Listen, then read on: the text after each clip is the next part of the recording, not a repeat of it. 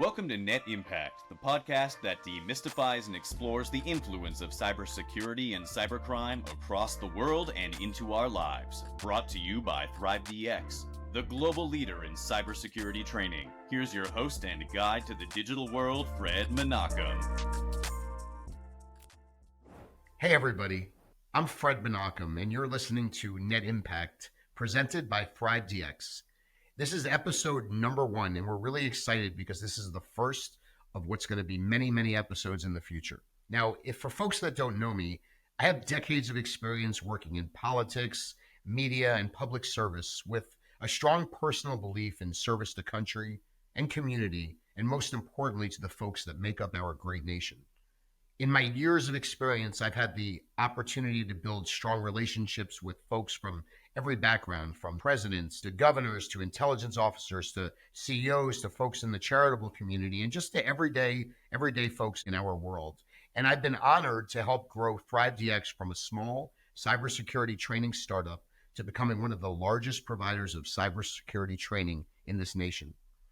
Now, our goal is to bring you amazing guests from different industries. Now, we're going to chat about cybersecurity, but we're going to be very broad.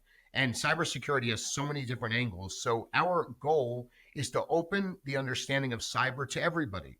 And we want to broaden folks' understanding of what it is, what it means, and why it's something not to be afraid of. Today's guest is Tim Roemer. Tim is the Chief Security Officer of GMI, Global Market Innovators, which is a secure technology solution company. Tim got his start as a CIA analyst where he spent 2 years in the White House Situation Room and provided national security updates to the President of the United States, the Vice President, and the National Security Council. After he served 10 years in the CIA, he was appointed to be the Chief Information Security Officer for the state of Arizona under Governor Doug Ducey. Now, Tim also spent a little time working with me here at ThriveDX, the global leader in cybersecurity training and awareness. Now, in addition to the work that Tim does at GMI, he's also an advisor at Night Dragon and Data Miner. So, Tim, it's great to see you. Did I miss anything? No, I think that's great. Really appreciate that. I've been really blessed and fortunate throughout my about 19-year career now, and honored to be your first guest on this show. Thanks for doing what you all do. This is fantastic. Well, thanks for doing what you do, and you've taught me so much. So before we get started, because I always love to do this with my guests, tell me a little bit about, I say your personal life, please. Don't, as far as like you have kids, right?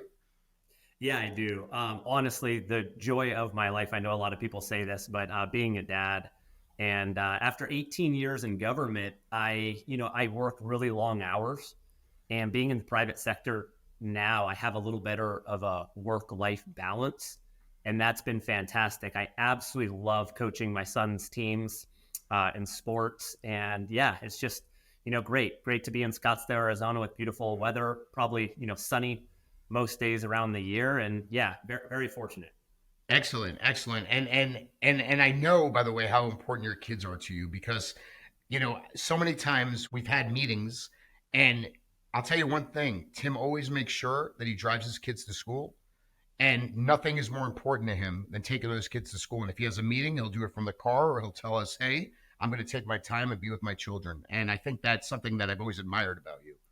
Thanks, Fred. I appreciate that. I'm no martyr because I got to be completely honest. Early in my career, especially working in a national security job, we weren't even allowed to have cell phones at work. So you would go to work, you'd work a 10-hour day, or even in the White House Situation Room, you'd work like a 13-hour shift.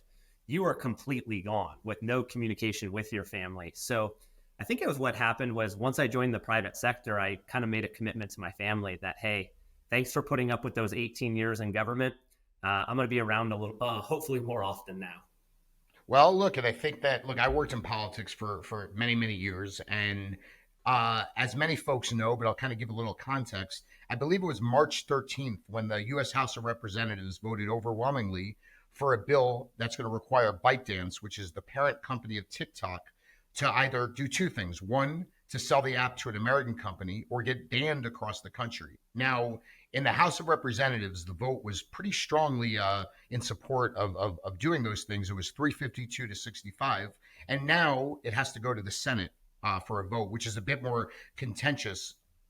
And it's a really interesting. So what's happening and following this So Tim, based upon your experience, for people to understand, why is this such a big national security concern? Yeah, it's a huge national security concern. And you're seeing this because based upon the, even classified briefings that members of Congress receive, they're then going from those briefings and voting nearly unanimously to ban TikTok. And as you said, you gave a great recap. The United States at this point is not saying we're banning TikTok. They are giving the parent company an option of at least 6 months of a runway to make financial changes, to take it out of the control of the Chinese government, and then it can remain. And that's the issue, is any Chinese company has to give really anything that the Chinese government requests from them to the government there. And that creates a huge national security concern. That's why the United States is taking this very seriously. And it's fascinating because the federal government has already banned TikTok on government devices. And then many states, such as the state of Arizona, have banned it on any government device as well. So this is just another step. But it's very rare that we see the federal government and states agree on anything. Let's just be completely honest. But when it comes from a national security perspective, it's fairly rare. So I think the evidence here is pretty overwhelming. So let's dive into that just a little bit further. What is the concern? Because I'll tell you something. A lot of my friends' children, they're on TikTok, right? They don't understand what's happening. They're like, why would you ban it? They don't get it, right? For their kids, it's really important. I think there's a lot of things that I've noticed. There's a lot of misinformation on TikTok. With artificial intelligence now, you could have something look like a newscast, look like a newscaster, and spread a lot of misinformation that people believe. But if you were to explain to a parent, right, because we can talk from a macro perspective, but let's talk about, I know you have 2 kids, let's talk about how would you explain to a parent why this is so dangerous, not only for their children, but for the country, and kind of make them understand why this is such an issue? Well, then I would explain it in a story, because I think stories are the most powerful way of getting through to people. About a year ago, a Chinese weather balloon hovered over the United States, and there was a lot of backlash from this. I mean, I think almost all Americans agreed that they didn't want a Chinese, eye, so to speak, hovering above their homes, their cities, and their states. And the fascinating thing is many of those people who didn't want the Chinese government seeing what was going on, let's say in their backyard, were posting those videos of outrage to TikTok. When TikTok as an application is downloaded on your device, there really are no guarantees to what they're collecting and what they're sharing with the Chinese government. So the story and the power and the symbolism here is that you had, something taking place in the physical world that's easy for people to understand. You don't have to be a technology expert. You don't have to be a cybersecurity expert to understand the real physical world. So you saw that taking place, and people overwhelmingly said, I don't want that taking place.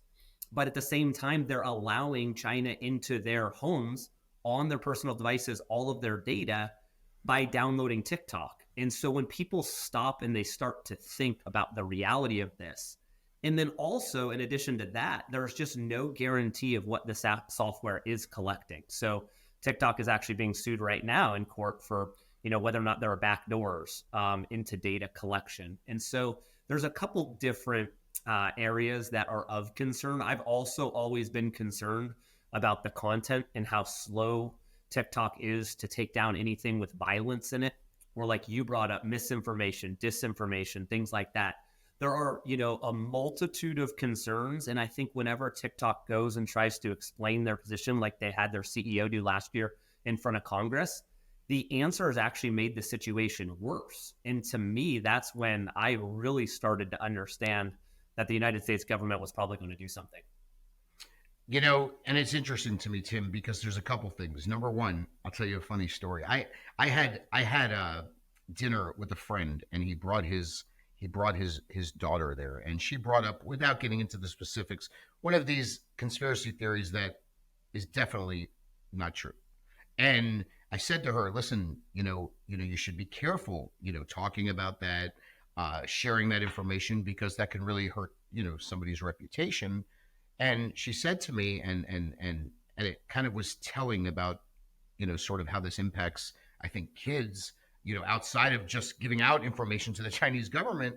She's like, but I saw a documentary on it on TikTok. And I said, but, were there facts in it? She didn't even understand the question. And she's like, but it looked legitimate and real, so it has to be true. And I think that is something that is a concern as we talk about dis and misinformation. But also, and I want to hear what you have to say about this, then we're going to move on to another topic. But I've always found it interesting that, look, I'm older, so I'm Generation X, and we're very paranoid.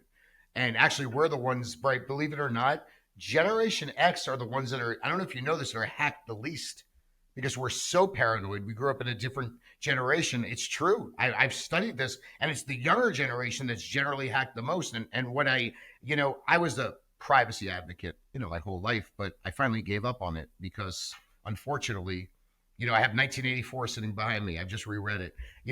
Those days are unfortunately, gone. But my concern is that, I see all the time, right? You were in the CIA 10 years, right? Yep. So how many times have you seen people are like, oh my God, the CIA has our information. The government's, is invading our lives. And I always laugh to myself and I'm like, but you all give away your information freely.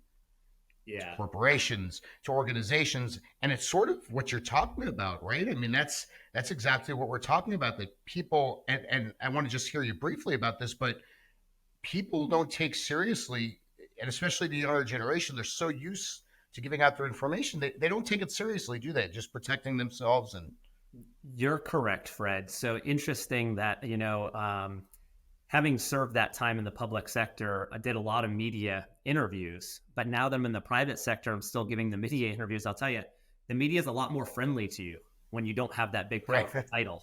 So it's a little bit less stress. But the fascinating thing is, all the interviews that I've given over the course of the last year, one of the main topics has been this demystifying of the who is a target. We used to think that it was the older generation, your senior citizens were the biggest target, and they were at one point. But criminals are going after the younger generation because the younger generation that is growing up in this type of a social media world and a technology world, they want it to be true. They want to get famous fast. They want to make money fast. They want to be an influencer. And I think they're a lot more gullible with believing things. But back when, not that, how do I put this? Any other generation, whether it's me, you, someone else, we were taught a little bit more to at least challenge. If you're reading something in the newspaper, you're watching the news, what's an alternate perspective to it? And that doesn't really happen in this day and age. So I think you're spot on. I think it's a great point.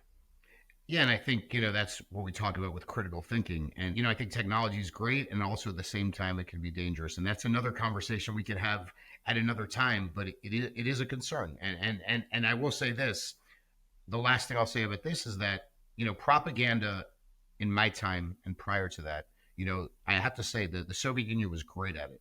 I mean, Reagan, with all that he did, the Soviet Union was really great at propaganda because they played the long game. It's one thing about the Soviet Union. And they, and as adversaries, obviously, I don't endorse this by any means, but they smartly spent years, because it wasn't like today, years, spreading propaganda, spreading misinformation, and it kind of led up to this. But today, the scariest part is that you don't even need to take time anymore. It's just like this. Something goes on social media and it's wildfire, and it scares me. And one last question before we move to national security. Are your kids on TikTok? No. So how do you deal with that? Because they're kids, right? Well, what are alternatives? What can you tell parents that might exist so that they don't put their kids in this kind of jeopardy? Yeah, I mean, there's plenty of other social media alternatives. It's not that I'm endorsing anyone else, because I know that there's, a lot of room for improvement for every company, the way every company deals with youth around the world, not just in the United States. I think there's a lot of opportunity for improvement in this field in general, in the technology world, but you've got to start somewhere and you've got to draw some red lines. And I think the U.S. Congress is drawing those red lines now when it comes to TikTok. Well, that's good. That's good to hear. And only time will tell. I'm looking forward to seeing what happens here in the Senate debate. So let's move on a bit, because, your career to me has been quite interesting. And I remember that you and I had the chance to, you really get to know people not formally, sometimes, informally. And we had a great conversation one night. We were here for a conference and we were having a drink, and you really told me your story. And, I found it fascinating. Now, I know, of course, you didn't start out the Situation Room, obviously. When you first joined the CIA, you weren't in there. And you really were not specializing in cybersecurity. And I'm going to let you talk about it. Yeah. So really, I joined CIA 2 years after 9/11. And if you were to ask me where I was going to spend the rest of my career, I would have told you my entire career would have been focused on counterterrorism, Right. because that was what was happening at that time. About 10 years after that, I found myself working in the White House Situation Room, and I realized that especially when it came to nation states going after American financial institutions, that they could take down an American company from anywhere in the world at any given moment. You didn't have to be in the United States to attack the United States. And to me, it was this wake up light bulb moment of what cyber terrorism is. And cyber terrorism was this ability to hit anyone at any given moment, at any given time, 24 hours a day, 7 days a week, 365 days a year, holidays, weekends, you name it. And so this threat, landscape grew so dramatically because you didn't just have to cover the physical world. Now you had to cover the entire globe at every given moment. That's when really the National Security Council started giving all intelligence officers in the Situation Room a crash course really on cybersecurity. So I embraced it at that time, which was 2012 to 2014.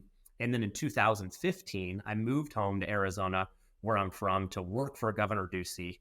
I took an advisor role, being his public safety advisor and being the deputy director of the Arizona Department of Homeland Security. And both the Department of Homeland Security and the governor's office both agreed that they needed somebody to spearhead cybersecurity strategy for the state of Arizona. Now, I didn't have any hands-on experience working in cybersecurity, but I understood the threat really well. I came from the national security world. What I did at that point is I surrounded myself with really smart cybersecurity career people. And then we started, you've got to be a sponge. You've got to absorb, you got to ask a lot of questions, and you got to figure it out. And so after about 5 or 6 years of doing this and creating a cybersecurity strategy for the state of Arizona, our head of cybersecurity for the state CISO, moved to go to work for the federal government. And I was given the opportunity to run cybersecurity as the state's chief information security officer. But when that happened, my first response was, oh no, I can't be a CISO. I don't have a technical background. And the CIO for the state said, I don't need someone with a technical background. I have an entire team of people with technical backgrounds. They'll do all the technology. I need somebody who understands leadership, strategy, budgets, legislation, privacy and compliance, policies, national security, threats. He said, that's what you're going to bring to the table. So what we did is, I met with 20 cybersecurity analysts on my first day in the job. And I said, look, I'm not going to try to do your guys' jobs. You already do your jobs better than anybody else. I'm going to try to put you in a better position to do your jobs. And I asked for a wish list that first day. I said, what's your wish list? What policies do you need in the state of Arizona? What laws do you need passed? What budget increase do you need, type of a thing? And for what specific purpose are we going to get this from? And we really hit the ground running, and we did this for 4 years. And I'm really proud to say that, the state of Arizona was pretty well protected in that time. And we put together a lot of good policies and created a cyber command center. And I'll just close with the fact that we created, a real culture of cybersecurity, where cybersecurity was homeland security in the state of Arizona. Yeah, and you've got a great reputation, by the way. I've heard that a lot of states followed your lead and the great work that you did while you were in Arizona. So that's something to be really proud of, because that made an impact. Yeah, of course. Now, I actually, as you talk about Arizona, if I remember correctly, while you were there was was there a significant cyber attack? Something with the stadium or something? There was something that happened, right, during that time? Or there's always significant cyber attacks. Right. What you try to avoid is them of being successful against you. So, we were being attacked all day, every day. Everybody is. And what we're saying in the industry is it's not a matter of if you get hit, it's when you get hit. You've got to be able to have a good plan and strategy in place, do tabletop exercises. Don't just have a plan that's sitting in the corner.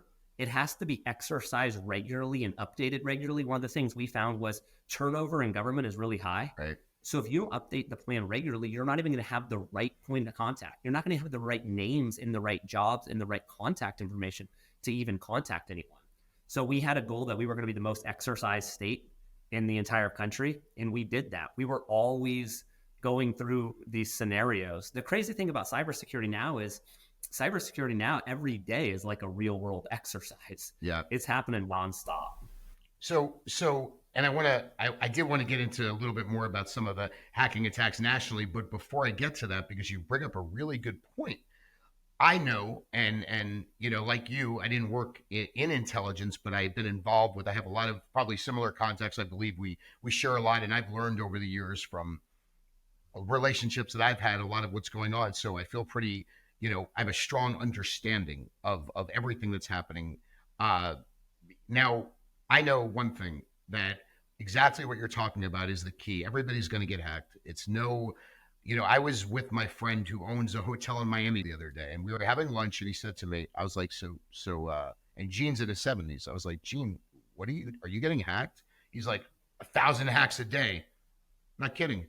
And I said, really? He's like, he's probably exaggerating a bit, but you know my point. He's just saying it's constant.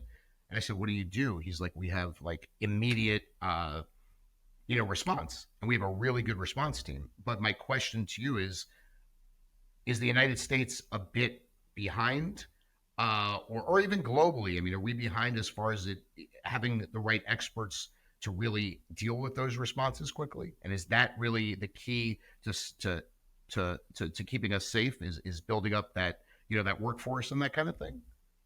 The fascinating thing is, I don't think it's a U.S. only thing. Yeah. I think it's a global problem.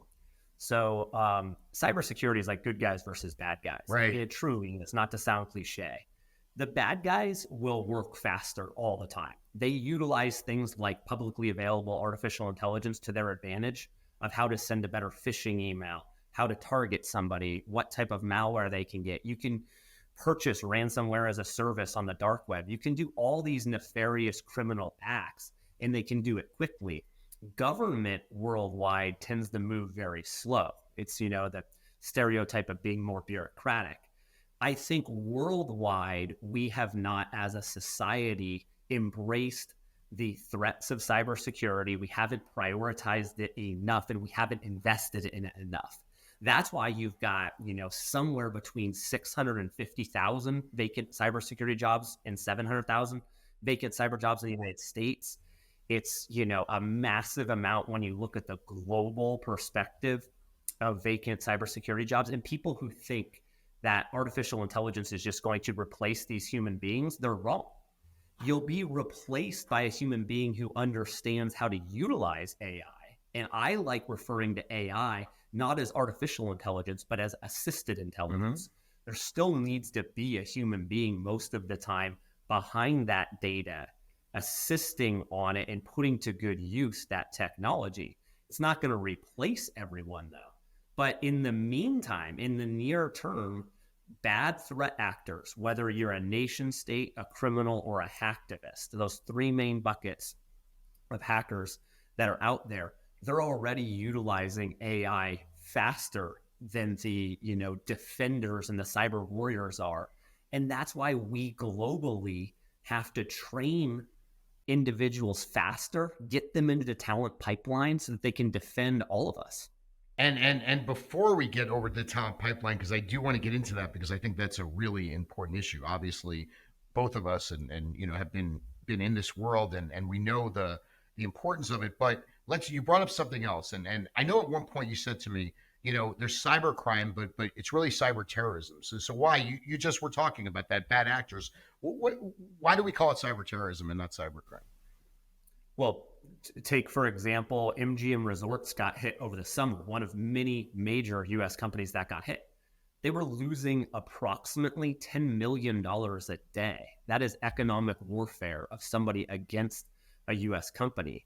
A lot of these cyber incidents bankrupt companies. They take them completely under. There are victims losing their entire life savings. When critical infrastructure is attacked, like a water system, we're seeing water systems attacked a lot. The U.S. federal government and CISA have really released a threat matrix on this huge threat that's out there, that affects life and death. That is our drinking water supply. When it really comes down to it, though, cybersecurity is not a virtual and digital problem. There's a physical consequence to these incidents. Let's take, for example, when a gasoline pipeline gets hit, like Colonial Pipeline got hit. They were probably hours away from, sadly, somebody losing their life over rioting and looting for gasoline. There were reports of people pulling firearms on individuals at gas stations. We always, when we exercise these scenarios, we always said the public consumer response, the public panic will always be more serious than the emergency itself. One pipeline can go down or one bank can go down, but as human beings, we tend to panic. That's what leads to more crime. That's what happens. It's just the nature of it, sadly. Let's take another example. I mean, these examples are literally coming up every day. United Healthcare Insurance Company gets hit, costing them billions of dollars. But it's not just a financial cost. There's a physical cost. There are so many Americans around the country that can't refill their prescriptions. That is really, truly life and death scenarios that are out there. What about when a hospital gets hit with ransomware? And criminals showed they were hitting hospitals in our healthcare industry a lot during the pandemic, and they still are. We're talking real, true physical consequences in life and death to these cyber attacks, and it's continuing to grow. And that is terrorism. And in many, if you just look at the definition of terrorism as using violence to achieve a political objective, look how many scenarios around the world are utilizing that, as a weapon of weaponizing these cyber attacks. And I think for somebody who's worked in national security and certainly, like I said, I've had some experience that, Americans, we live in a world where, we live in a democracy. Thank God. We're very fortunate to live in this great country. But sometimes because we live in this type of country, we forget, we all want peace, obviously, right? That would be an amazing world, but the world, unfortunately, doesn't work that way. And so I think, sometimes we could be our own worst enemy in not understanding how dangerous of a situation we really are in. For example, boots on the ground is not really warfare anymore. Warfare can be missile systems that are hacked into. We're seeing now Russia putting these things in space, or at least it's a concern where they can actually literally stop missiles from working, nuclear missiles from working. Where we're seeing wars now where in Ukraine, we see what's happening, in the Middle East. And one thing I'll say is, do you remember it was mid-October, when Iran tried to hack into a Pennsylvania water system, which is an exact example of what you're talking about. Now, they weren't successful, but what if they were, And that's really the point you're trying to make, correct? Yeah, it's absolutely happening. I'll tell you, from all my time in government, a lot of these cyber attacks and huge threats are really never made public. People don't like talking about them. And it's sad because you can't think about, I'm going to get in trouble, or this is going to make me look bad, or my company is going to lose money, our stock's going to go down. You have to think about it in the totality of the circumstance, the good for everyone. By being open about cyber attacks, we're actually helping everybody collectively get better and defend themselves. Because too many times one organization gets hit with a cyber attack, it takes them down.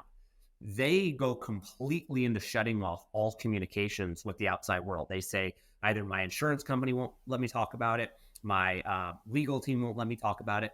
I've gone to those different groups of people, and they've often said that's not what we're saying at all, but people don't want to air their dirty laundry. It's critically important, though, because what's in that data is what's called IOCs, indicators of compromise. How did you get hit? What vulnerability got hit? And what type of ransomware, if ransomware was being utilized or anything else? When you share the indicators of compromise, everybody can grow from it and better defend against it. The most basic terms of an IOC is like, if there's an email address that's phishing an organization and all you do is block it, but you don't share with anybody else that's a bad email address. Well, guess what? Now that phishing email is going to get through at a different organization. Let's say it's a compromised account. That person clicks on it. So it's sad to think another organization will go down just because we don't share information.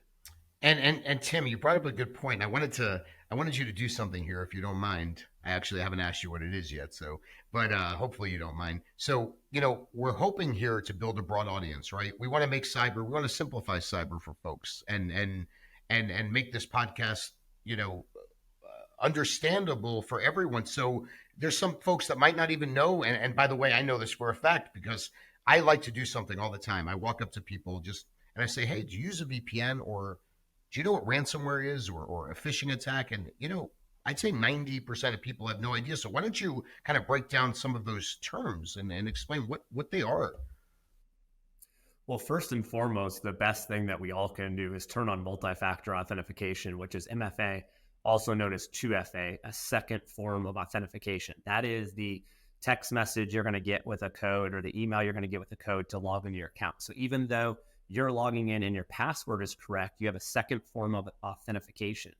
This is huge. CISA has said nationally, this is the best thing you can do. It decreases your chance of getting it, hacked by like 90%. Make sure it's turned on all of your accounts. So I think what's happening is companies, let's use Google as an example, a year or so ago, decided that they would automatically, as a default, and we need more technology companies to do this, or actually just more companies, you don't have to be a tech company, but more companies to say, hey, when you use our app, by default, you don't even have to go in and change it, but we're going to do two-factor authentication just to make sure it's really you. That's the type of thing that we need in place. That saves a lot. That says about 90% right there. Phishing attacks are talked a lot about these days. That is malicious emails that are fake, that you have to be concerned. Not necessarily, people are always worried about, what email I opened. It's not what email you opened, it's what link you clicked on. So you need to be careful not to click on links. Not just Fred's emailing Tim. Oh, I know Fred. Why is he sending me a link? Why am I even going to open this? Because if your email account gets compromised and somebody uses it, and I open up an email, I shouldn't just be opening things all the time.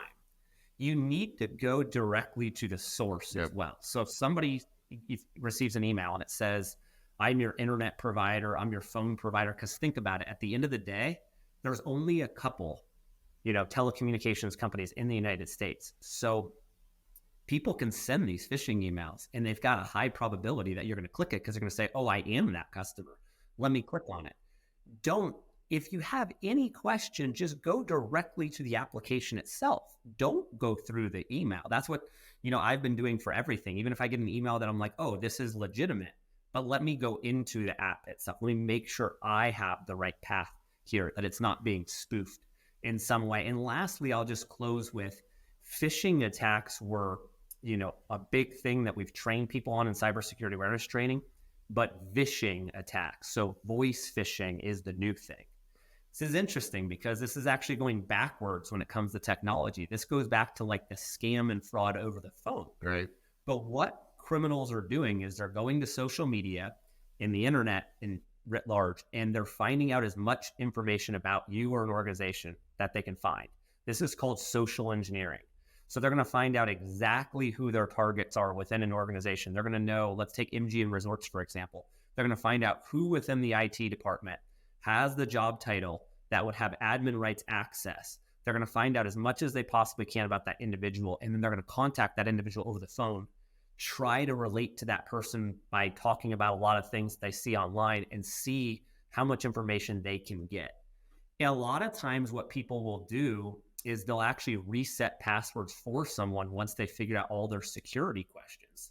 Think about how often you reset a security, a password, and all the security questions are like on that person's Facebook page. So let's be really cognizant as a society about why are we posting everything about ourselves? Like, our publicly available information does not need to include everything that would be in a security question to reset a password. So those are some of the types of things. Cybersecurity attacks aren't as sophisticated as people think. Now, the big ones, the SolarWinds and things like that, yes. People, thousands of engineers and hackers worked on those for probably a year to target a supply chain.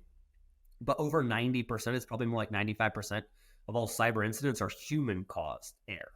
So as a human being making a mistake, and we've got to do better. We got to train people better. That's why this podcast is great. Get out there, make awareness, have companies doing more awareness training, revolutionize the cybersecurity awareness training industry. So it's not just a 45-minute, multiple choice test once a year. Cybersecurity needs to be a culture, and it needs to happen on at the very least a monthly basis. And I think, you make a good point. People are either don't understand it, or they're scared of it, or they think that it's so technical that they should be afraid of it, or they think it's physical security. Believe me, that's the other thing. But cybersecurity is just like hygiene, any other kind of hygiene. It's like taking a shower. Really, it's something that people just need to learn about and be comfortable with, and just be cognizant and not be scared. And I think that's go ahead. It takes work. You can't do it once. So in the state of Arizona, what we used, we utilized a company that a lot of people utilize different companies to do different things. And there's a lot of companies that have to do a vulnerability score or a risk score. Okay, cybersecurity is really, in the simplest of terms, it's managing risk. So your risk management, where is the risk? How quick can I figure out what the risk is?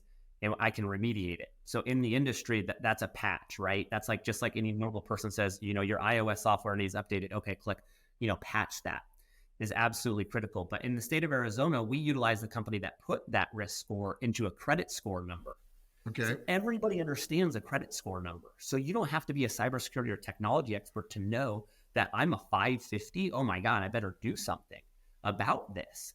And I think the cool thing about a credit score is, even though you get to like an 800, so an organization patches a lot of known vulnerabilities, they're at 800, it doesn't mean your work is finished. You don't say, oh, great, I got to an 800, because tomorrow when you're the victim of identity theft and somebody goes out and buys a Ferrari or buys a house, opens up a line of credit, that credit score goes dramatically down. So it takes, you use the word hygiene, people talk about cyber hygiene a lot, but it takes, like a credit score, it takes a lot of working to get to a good credit score. It can crumble quickly, and you need to pay attention to it every single day. Yeah, I agree. And I want to get into some talent pipeline and diversity, talk about, but before I do that, I want to give some advice and to folks that are watching this. One of the things I learned over the years, and I've had great teachers, but I believe, like, I'm a guy that's, there's certain people who've been involved with, media and that sort of thing, that you can't really, there's going to be information out there. There's nothing I can do, when you're online, when you're on air and all of that. But there's a trick, and I think everybody should participate in this, is put some misinformation online, disinformation, the wrong birth date. I'm serious when I say that. Put something about, that somebody would think is a security question, but it wouldn't be. And I know that sounds deceitful, but we live in a world where everybody's trying to get your information. And if you want to keep yourself safe, and I know this is a curveball out of there, so I want to hear what you have to say about this, but I really believe that, you need to confuse the criminals. So I'm not saying think like a criminal, but in a sense, if we know how they think, then you throw a little misinformation out there. It makes their job harder. I don't know. What do you think about that, by the way? That's just Fred. You might be the one who has the career of working in the intel industry, and I don't, because you're thinking about that type of stuff. I'll be completely candid, even though this was unscripted, is I have a fake birthday that I know what the fake birthday is, and I use it for like 90% of things if it doesn't matter. Like, there's just so many companies that don't need to know my real birthday, unless it's literally for like an identity check, like your bank. Yeah, okay. But most people don't need to know when your actual birthday is. So I think you might be onto something there, Fred. Okay, so let's move on, because I know this conversation has gone in a lot of directions, which is amazing. And that's sort of what these podcasts are about. But I do want to get into some, talk about the talent pipeline. Yeah, this just happened a year ago, and you're at the conference, 3:00 in the afternoon, the first day, and it started at 8 a.m. And the topic of this panel on stage was improving diversity in cybersecurity. And a woman on the stage started and said, I'm so thankful to be here. Thanks for having me. But I just have to call this out because this is important. Do you know when the first non-white male took the stage at this event? And everybody just kind of looked around like, oh, I don't know. And she said, well, it just happened on this panel of all women to talk about the lack of diversity in cyber. But from 8 a.m. to 3 p.m., there wasn't one person on stage who wasn't a white male. And she did an amazing job of highlighting the real issue of like, talk is so cheap. Another panel on like, let's improve diversity in the talent pipeline in cybersecurity. No, let's just do it. Like, let's stop talking about it. Let's do it. Because especially coming from a national security perspective, you need diversity across the board in all aspects, including diversity of thought. If you're going to tackle the biggest challenges in the world, what cybersecurity is, you have to have diversity. It's a fundamental part of building the right way of critical thinking so everybody comes together. So this woman really highlighted something, that was really true. Also, when I took over as CISO for the state of Arizona, I inherited a 20-person team with one woman on that team. We have to stop talking about it. We have to start doing it. And I think the old way of doing things is just proven to be unsuccessful. The idea that let's continue to put people through 4-year college degrees to do something that we have a need of 650,000 people for today. And time is of the essence. In cybersecurity, having been a cybersecurity leader, I didn't need somebody necessarily with a 4-year degree. I needed somebody who had a certification, who could do the work. I just need to know you can do it. I don't care about the 4-year degree. In fact, we were one of the first states in the entire country to go to human resources and say we have to waive the requirement for a 4-year degree for cybersecurity because we're not going to be able to recruit the right talent. Private businesses have, we're one step ahead of government. But the point is that you need somebody who has a capability, and especially from like an under-resourced community that has a hard time, maybe working multiple jobs, can't get to a physical location of a university, needs non-traditional hours, can't afford to pay for a 4-year degree. Why do you need to pay for a 4-year degree when you could do like a boot camp? Just give me what I really need to know. And what we really focused on is a capability, so like that certification, and then real world experience.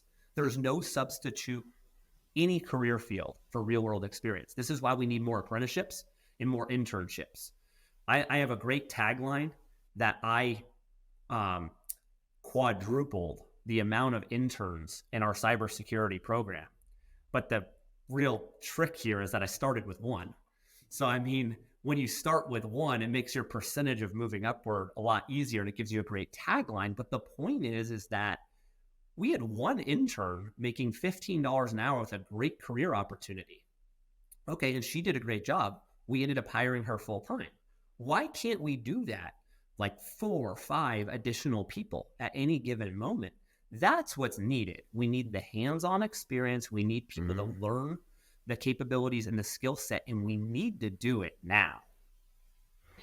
I have to say there's a couple things that came out of this. The first thing is, you're of course you're preaching to the choir, and obviously we come from the same background on that level, and I'm so proud of the work that we've done here at ThriveDX, because not only do we see the importance of, look, 4-year degrees are I would never discourage somebody from getting a degree, a master's, but a degree is not meant for everybody, number one. Number two, there's fields like cybersecurity where you need that hands-on, opportunity. And there's a lot of folks that never had the opportunity to get an education for different reasons. One, and that's where I want to get into the diversity thing. Sometimes we get into this diversity conversation and it's unfortunate, it's become very political, and that's for other reasons. And it's kind of silly because, number one, we want the best qualified people, obviously, in every role. But number two, the best qualified people is everybody. Everybody could be the best qualified, people and person. And the cybersecurity field, like every field, should look like the face of America. It should be mixed with everybody. And so I think that's an important, to put that into context. And it's not just ethnicity or race you're talking about. Native Americans, for example, there's been so much struggle there, and there's been a lot of unemployment. And unfortunately, as often as happens, it could be Native Americans, it could be foster children. They get jobs that are dead-end jobs because there hasn't been an opportunity to build a career. And that's what makes this so amazing. There's rural America. There's so many, it's every group, every ethnicity. There's folks that have never had economic opportunity, whether they're African American or white or Hispanic. Is less of the issue from an economic infrastructure. And I'm not trying to get into all of that, but my point is that, and I think it's what you're saying is that we need to diversify. We need to be the face of America.